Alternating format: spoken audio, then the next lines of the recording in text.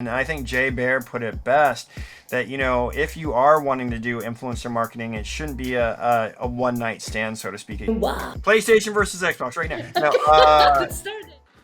Hello and welcome back to Zorka.Agency podcast, your guide to influencer marketing. I'm your host, digital analyst Vova, and here we talk about the latest trends, news, and updates that we see on the market. And today we have a special guest here, besides our Tanya Lavorinka, who is BizDev team lead. We welcome Kenn Shinaberry. Ken, so nice to see you. Wonderful background. It's pretty amazing to see you in our podcast. Hi, Tanya. Hi, Ken and Vova. I should do this. Sorry, you can see my background, the pink one. So Barbicore is still inside me. Yeah, and in this episode, we are discussing gamescom, which is one of the world's largest events for computer and video games. The event took place in Köln, Germany. It attracts hundreds of thousands of visitors from all over the world, making it one of the major highlights in the gaming industry calendar. And Ken, originally from New York, he has lived in Europe for the past 10 years, and Ken is a pioneer in the world of Photoshop since its early days in 90s, and Ken has been actively involved in TV, commercial, film, music, video production, showcasing his diverse creative experience. Let's kick things off with first impressions. Before we started the podcast, we have little small talk about your impressions. But how did Gamescom in this year measure up to previous years for you? Was there a particular moment or experience that you felt was a standout this time? I think it was really awesome. So I started attending Gamescom probably, I think, the second year of me living here in Germany, which I don't live far away. I'm 45 minutes away. I live in Dusseldorf. Don't mention that out loud, but there's a rivalry between Cologne and Dusseldorf. But hey, it is what it is. But we've been going to Gamescom for quite a while. Me and friends. It started out with me and friends just going. And one of my friends got into the business area. And I was like, all right, I do press, I do articles and stuff like that. It would be awesome to go. So I dove right in, applied for a press pass, got it years ago, and at that time also attended GDC Europe and Respawn. And then just so you guys, a little history so you guys know, GDC Europe got eaten up by Respawn, Respawn got eaten up by DevCom, and now it is Gamescom and DevCom. So the past couple years have been DevCom and Gamescom, so I would start 2 days before Gamescom started, and I would be at the developer conference. And this was really amazing. The DevCom team does such a great job. Stefan Reichert, Astrid, and Nico and Rufina. Nico brought so many amazing speakers. I don't know if you guys got to attend DevCom, but they had like Espen from Guerrilla Games. They had Seisman from CD Projekt Red. They Wow. had Max Pierce, who also worked on things for CD Projekt Red and Cyberpunk, which is one of my favorite games. So we did 2 days of filming there, which was really nice. Also got to see the indie area, which was really cool. Interviewed a lot of indie studios, and not just interviewed, but did a 10-second, hey, tell your or pitch your game in 10 seconds or less kind of interview. So putting them on the spot, having a lot of fun. And then we started our Gamescom week on Wednesday, which was bouncing around from the business area to the consumer floor, doing interviews, which was a lot of fun. Um, Overall, I think it's great to be back. I mean, we came out of Corona last year and we had our first Gamescom back, in the real space. They did virtual events while they were during the Corona period. But it was nice to bring the community back into, I think, to the games and to meet like the developers and actually put their hands on it. And I think that's really cool because, I think as a developer, connecting with your community, which basically fuels the sales of your games or even your in-game purchases, it's really nice to be able to connect with your fans on a personal level. So I think that's always awesome as well too. And then just in the business area, people doing a lot of like businessy things, finding investors, finding partnerships, exactly what you were doing, finding all that kind of cool stuff, or doing interviews like I was doing the whole week with Abdu. But it was really cool, and I think it was really nice to be back, again, and a little bit more full force. We had Nintendo back, which is awesome. So I hope other studios come back next year and developers and distributors because we need to have those big companies come back and support us as well too. So yeah, it was a lot of fun. It's interesting to see see how things are going to go next year, but I'm really looking forward to it as well. Tanya, is it your second Gamescom or third? Yes, that's the second actually, and I think there wasn't some outstanding thing. It's for me. I mean, the flow and the vibe of the Gamescom is really amazing comparing with all the conference that I have been before. Because before it was mostly B2B area, and as actually Ken mentioned, it was really hard. It was real rush all the time just to manage in all your meetings between B2B and B2C. So you were trying to feel yourself a little bit consumer because you still making wow, it's super big characters. I don't know, super nice cosplayers, super nice concerts. For example, at the Hoyoverse booth, it was super nice. But at the same moment, you have to run away for your meeting one by one, making like more than 10 only in one day. So during one day, you're making it 10 millions. Don't have it all time for having a lunch, for example. I think Ken did the same. So yeah, it's a quite a challenge, and I think we perfectly passed it this year. And the only thing that is a little bit different in comparing with the last one, I think our preparation was much better because we learned a lot of like life lessons. I mean, like managing the schedule, really convenient for you, reaching out to people like 2 months before the Gamescom or even more, like 2-3 months. So I think this is the successful story. Like all the preparations will bring you all those success and efficient things during the Gamescom is my point of view. Because yeah, I'm more like a business person, and I still really jealous to Ken because he have the opportunity actually to do the all the interviews and presents in a B2B area more. Even it was like a moving hard like a zombie, but still it was really great. That's why we have Ken here. Ken, I really want to talk with you about the trends you see, because every year Gamescom tends to be a showcase of the future. The gaming world never stands still.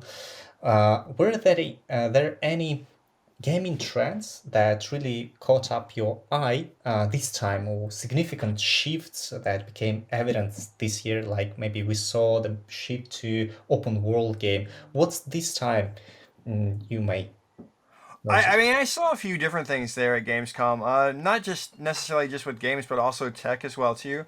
Ovo, I got to meet them, and they have like a second skin haptic shirt, and I got to interview their CEO, and that was kind of cool because there was other applications besides gaming. Like this could actually work in the city, for example, with people that have disabilities, and give them little shocks or little feelings so they could better kind of sense the environment around them.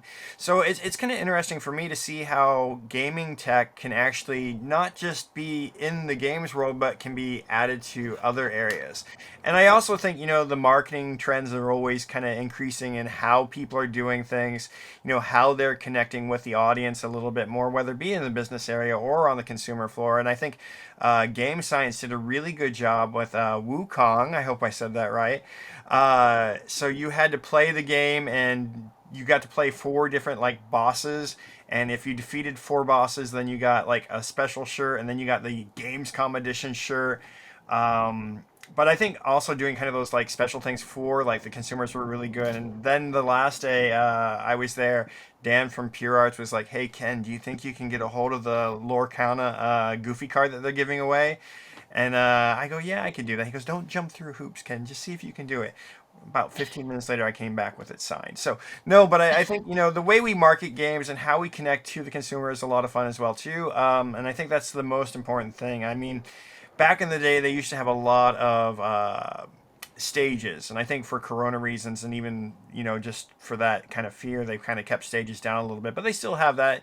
And when they have the stages going on the consumer floor, it gets to be a little bit of a madhouse.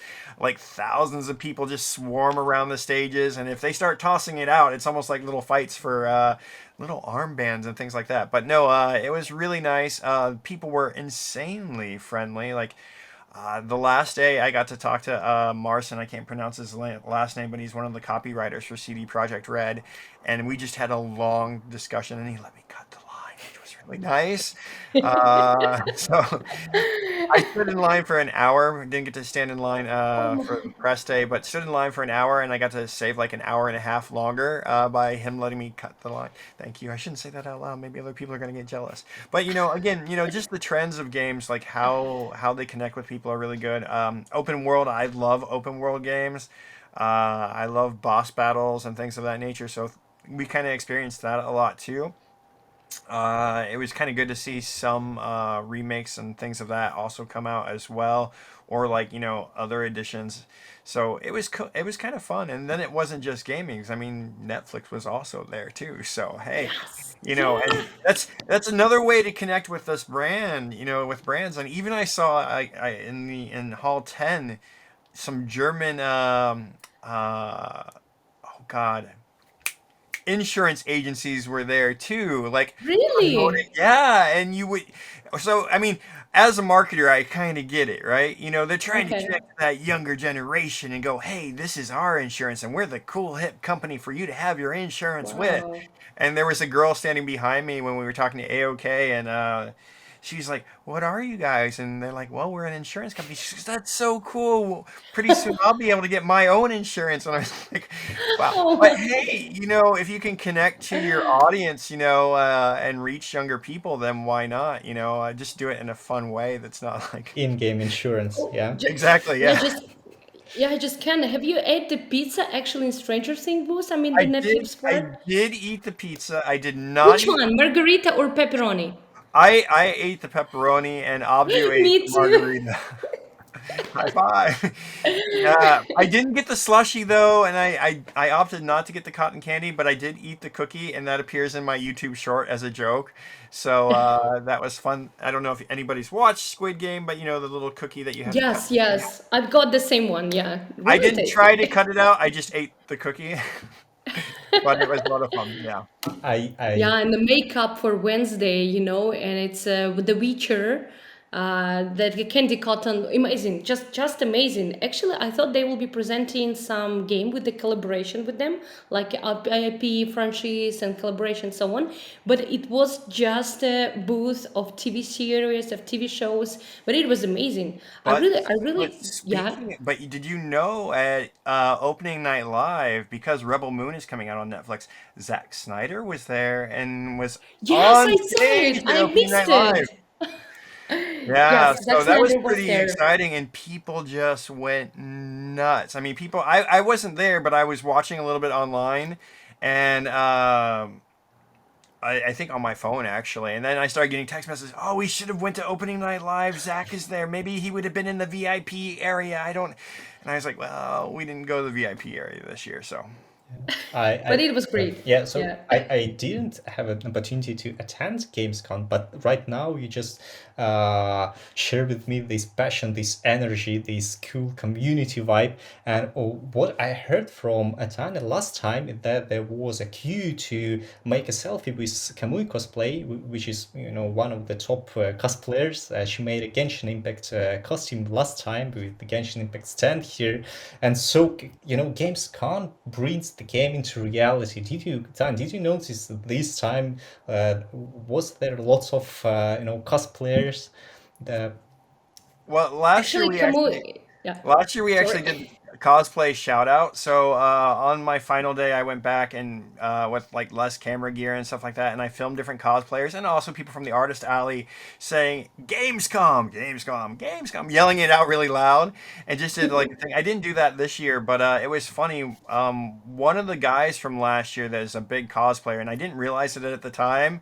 I was like, "Hey, can I get you to yell out Gamescom?" And he thought I was asking him to do an interview because that's what he was used to.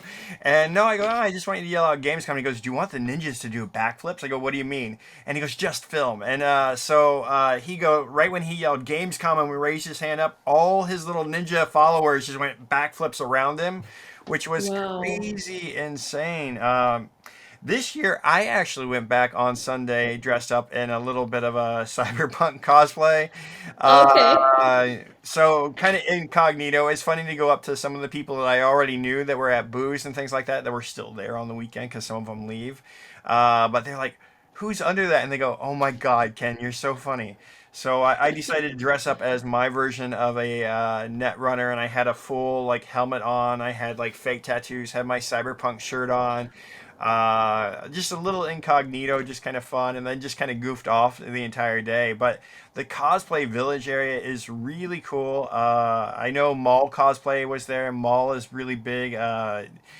He's been sourced out to do like the Witcher cosplay. He's been sourced to do the Cyberpunk cosplay, the male V, of course. And then he also did Borderlands one year, so he was there doing like meet and greets as well. And then I'm not sure if Baka cosplay was there, but Florence is another cosplayer that I know as well too.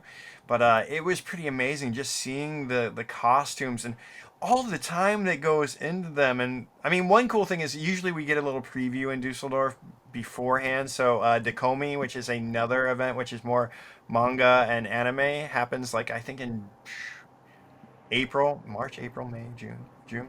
No, May, something like that, May or April, right?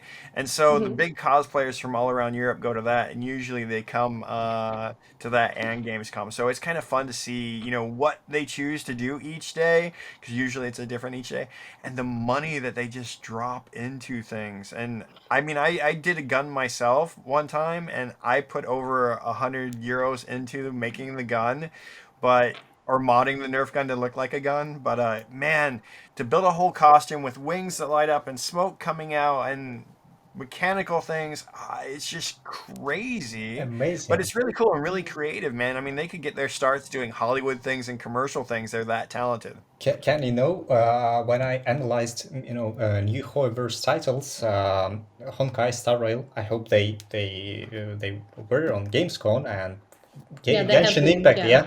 So these I can't say Asian games, but games from Asian studios, they make so great marketing campaigns to involve these UGC content. So I see lots of organic cosplays from all over the world participating in their TikTok challenges, and you had a unique opportunity to visit Gamescom Asia, yeah.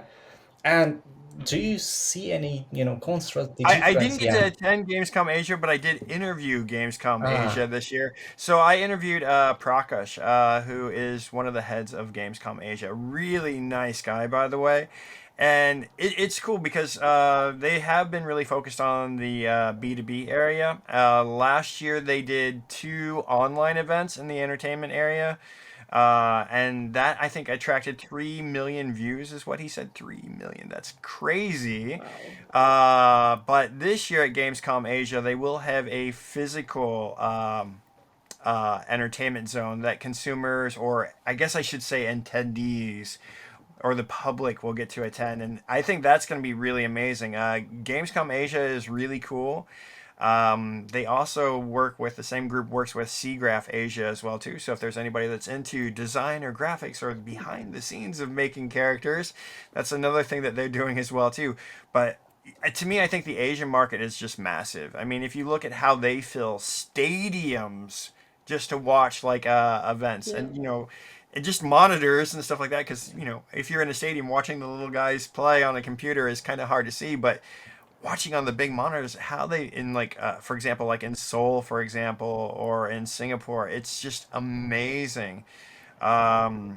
Hopefully eventually I'll get to attend there in person. Who knows, maybe Tatiana will get to attend with me, maybe this year, maybe next year, who knows. Fingers crossed, right? Plus one more. Like I have to say, I haven't participated before in Gamescom Asia, but this year we spread it a lot. So trying ourselves. I mean, like an agency, like a biz dev managers in the new conferences. But still, like in my heart will be the Gamescom. So maybe one day we'll go there on Gamescom Asia. I will try it because I think this is the good culture phenomenon about the games there because the reaction is like totally different.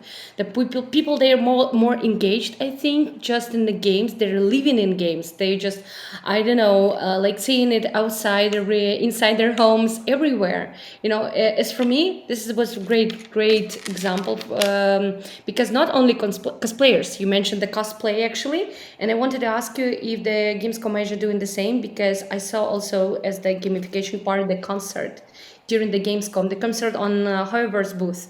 A lot of great booths. You know, you mentioned the Hankari Star Rail. It was like the real one, big Star Rail.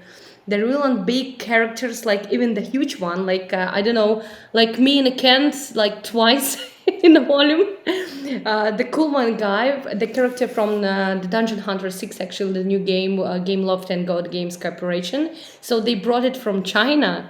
So they didn't do this in Germany, but brought it from China. So amazing, amazing all the preparations. So I think it's a good chance to sit in Gamescom's Asia as well.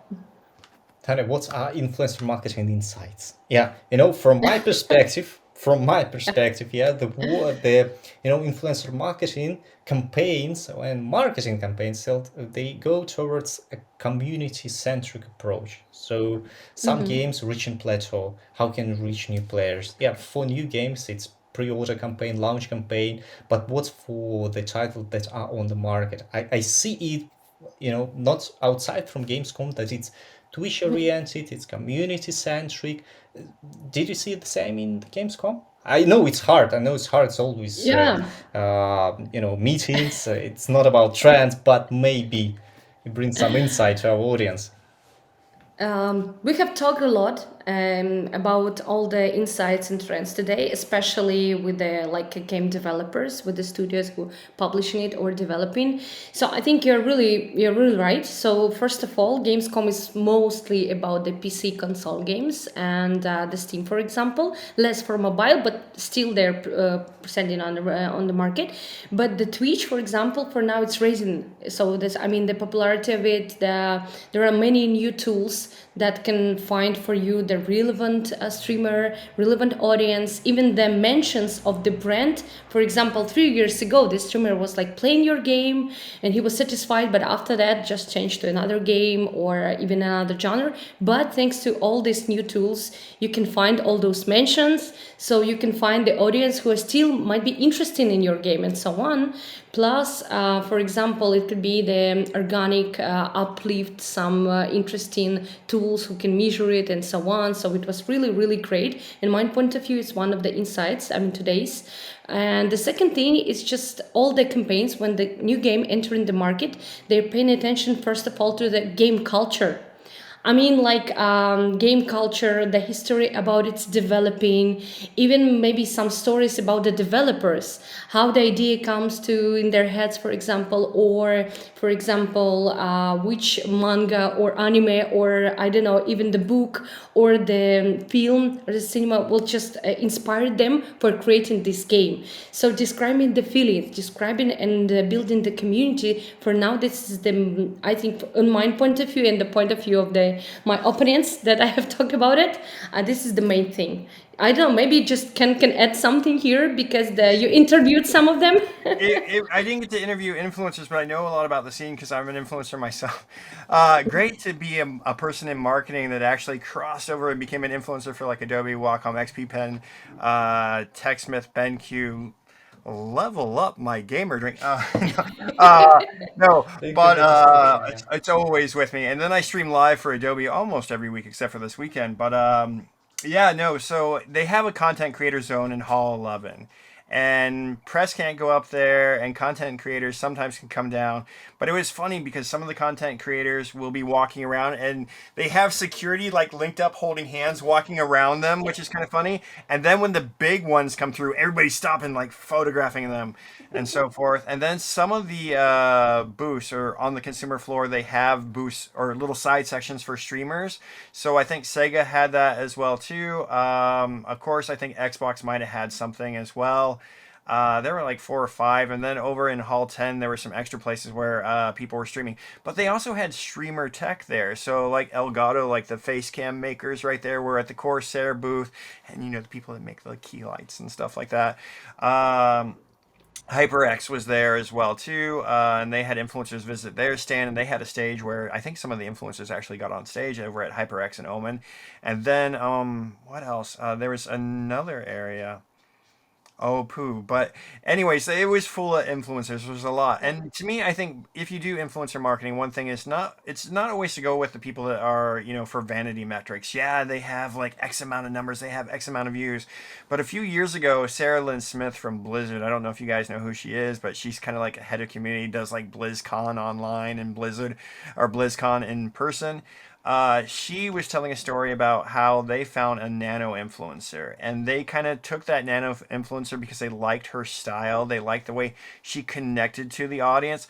And I don't want to use the word groom, but they kind of nurtured that relationship between them. And I think Jay Bear put it best that, if you are wanting to do influencer marketing, it shouldn't be a one night stand, so to speak. It shouldn't be more, it should be more than a 30-day relationship. I mean, just think about it. If you're tying your balloon to their string, it's really good. So if you can kind of help raise those influencers and show interest in them, then they're going to promote your games even more, and they're going to connect even more to you. And the more you like their posts that aren't even related to games, they feel that nurture. Or if you're giving them inside glimpses, like, which is really cool with Adobe, because that happens to me. Like before Adobe Max, we get to go and sit in meetings with the different product leads from the different Adobe products, and they're telling us, hey, this is going to be coming out. Don't tell anybody, you're under NDA, kind of thing. And it's so exciting to kind of feel that kind of love as an influencer. And I think, to me, if you're a company working with influencers, then you can kind of keep that spark between you going. I know companies that do influencer marketing completely wrong. They're like, okay, you're done with the campaign, we'll see you later. Who of And them? Who of them? We need examples. I'm not naming names. NDA, NDA, NDA. But I know companies that just they don't get it, that hey, if you really connect with influencers on a deeper level and you really kind of build that bond between them, they're going to become brand loyal. And if you get that an influencer to become brand loyal, they become an evangelist. So if they become an evangelist for your game, for your tech or whatever, it's really good. And then one of the I don't know if you walked around Hall 10, but downstairs they had people doing with the company that does DaVinci Resolve, and they had like the studio gear as well too, tech. And I'm kind of familiar with it because I worked in film and TV, and I was like, ooh, this is kind of like a little mini, director's room, so you're pushing buttons and so forth like that. And I wish I could think of the main name of the company, but when they told me that they were doing, it was the company from DaVinci Resolve, I was like, oh, I know that company really well. I've been using Premiere though. Shh. But I said I might try DaVinci Resolve again as well too. But it was cool to see that down there as well too. And I think there were a couple other things that had microphones and things of that nature. I love my Quadcast S from HyperX, so I'm always looking at new tech because I stream. So I think as a content creator, going there and just kind of connecting with people, connecting with games, and then sometimes getting extra freebies. I think the Marvel Snap game was giving out boxes to influencers, and sadly I Yeah, didn't get yeah. one, but I Hey, did find out what Carol, all. I'm calling to you. You forgot. You forgot to deliver the box. But no, I think it's really cool, and I think even if don't worry if you're not like a big influencer attending these kind of things. Go start building yourself up, build your name up, build you. It takes a while to get people following you, but and get noticed. And companies, man, again, look at the nano influencers. Look at the people that you can kind of help elevate with you and that can grow with you and stuff like that. Like if I like Tatiana, then hey, I'm sure she's got enough followers already, but if I like her, then why not keep that relationship going and go, hey, I got this new content coming out, this new DLC. Would you like to play it first? I just need to sign, you sign the NDA. And they're just going to be, yeah, I want to play that. Sure. And I go, I'm going to send you that. And I also need your address because we're going to send you a little surprise. And sometimes those little happy delight things, like, will even boost the thing up as well, too. So, like, let's say you have a new game coming out. Maybe I got you, Vova, playing it, right. You're my influencer, and maybe I have your address on the NDA, and then suddenly I just, ship a package out to you, and then you open it up, and you're like, oh, what's Yeah, yeah, this? I've seen this. It wasn't that, yes, direct, that like click the link in the description. It was a great organic sponsorships. Look, guys, I have a box from Diablo. Yeah, they have. Oh my God. Yeah, get ready to hell campaign. Yeah, so look what the stuff is here. you just don't need the link. It's all about the close, connection between the brand and community, and also the idea. What can I really appreciate to talk with you, because so much insight, so much vision, I believe. Yeah, because you're talking things that are maybe known for specialists, for the guys who are in the market. They are maybe not obvious for everyone. And just for me, the one of the latest question, because as we wrap up, and considering all the trends and innovation, the game teasers that you might see in the Gamescom, what's your envision the gaming industry heading in the coming year? What's you're looking Oh, I forward to? I think it'd be interesting to see how things evolve and things become more immersive. Um, I'm not gonna hold my breath with VR, but I feel that there's still kind of a type of metaverse that is about to come, like more probably with AR, with wearable goggles, and we'll just see how that develops. But I can see like a lot of things coming into the games world from that in the future as well too. We've already seen this like with mobile devices such as with like Pokemon Go, how Yeah. popular that was when that came out. So I Yeah. think if these like devices are affordable and the price point is like reasonable, then people are going to go out and buy them. I mean, I would love to have glasses that I could just wear and work with, play games on, with my hands and go, you know, kind of like that. And I think, there's a lot of future coming. And I think with our regular games, we're just seeing new innovations like through Xbox, PS5, things are getting more detailed. The rendering is more crazier, wilder. I mean, if you look at like how Cyberpunk, it does perform great on PS4. I play on PS4. I am buying the PS5 for Phantom Liberty, and for the DLC for Horizon and stuff. But when you see that, it's a level difference. It's so different. So I think, as we see more innovations come, we're going to see even more detailed things, even more crazy things. But granted, it's still fun to see cartoony things as well too. Everything has its own place, I think, within the community. But I think, faster load times, things that are more speedy, because even now, I think in today's world, we want things to happen like quickly. And, when we get a game and it's like taking forever to load, you know, but I think you're going to see games that are even faster loading and, just have even cooler content and even more immersive content. I think that if you look at like Cyberpunk kind of setting the example of how instead of having like cut scenes that are cinematic, like you're actually in the cinematic, like you can move around and look and walk around the Yeah. character as they're talking, and then they'll kind of look at you, which is kind of cool. So as opposed to having these beautiful scenes kind of cut, you actually are more immersed into that. And I think CD Projekt Red was really smart with doing that, and I think you're going to see other games do that as well too. I mean, I think it's just something that's going to come. People want that more connectivity to a game and that more deeper experience and feel to it. So we'll see what happens. Is Can it available on Xbox or only on PC5? I think it should come out on Xbox because they were at Xbox, and so I'm since an owner of Xbox, that's why I'm asking. really PlayStation versus Xbox right now. No, Okay, let's start it. no. I like Xbox too. It's just my wife goes, "Hey, do you want to? You should get a PlayStation. PlayStation's cool." And so I became a PlayStation guy. I do game on the computer, guys. I'm not a noob. I do play on the computer sometimes, but sometimes I'm playing on the console as well too. So. But the Xbox actually is great, the big one. I think the huge one booth actually, in comparing with the PC5. I haven't seen them actually at Gamescom. That's right. Yeah, I know. Xbox was massive. I wish PlayStation would have been there this year. PlayStation, come back. Stop doing things online. Connect with your community. Gosh. No, seriously, they used to do it really well too. That's the other thing that I think is kind of bad is that, hey, it's great, it's more affordable to do these virtual things, but you don't really connect with the audience. And when you're watching those things, there's nobody really interacting and engaging.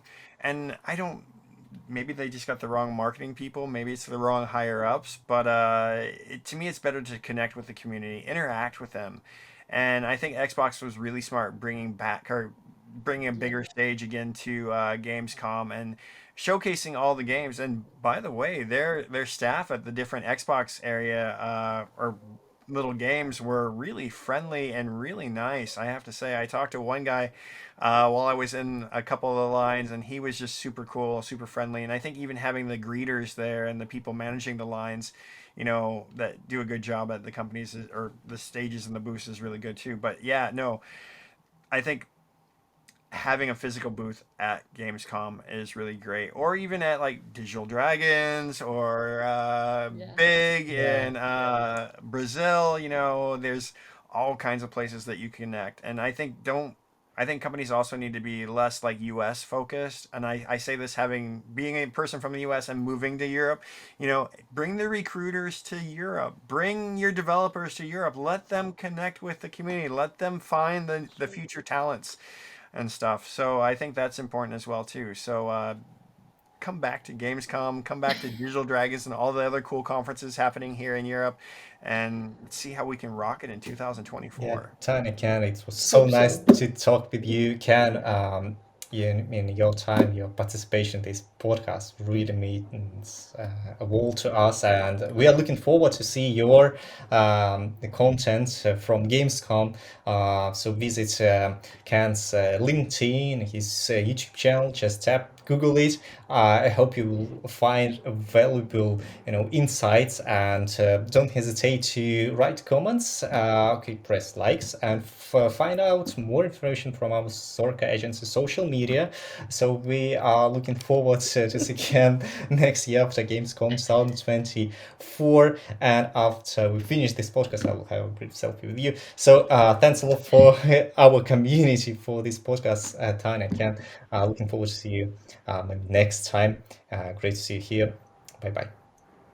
Thank you all for inviting. Bye bye.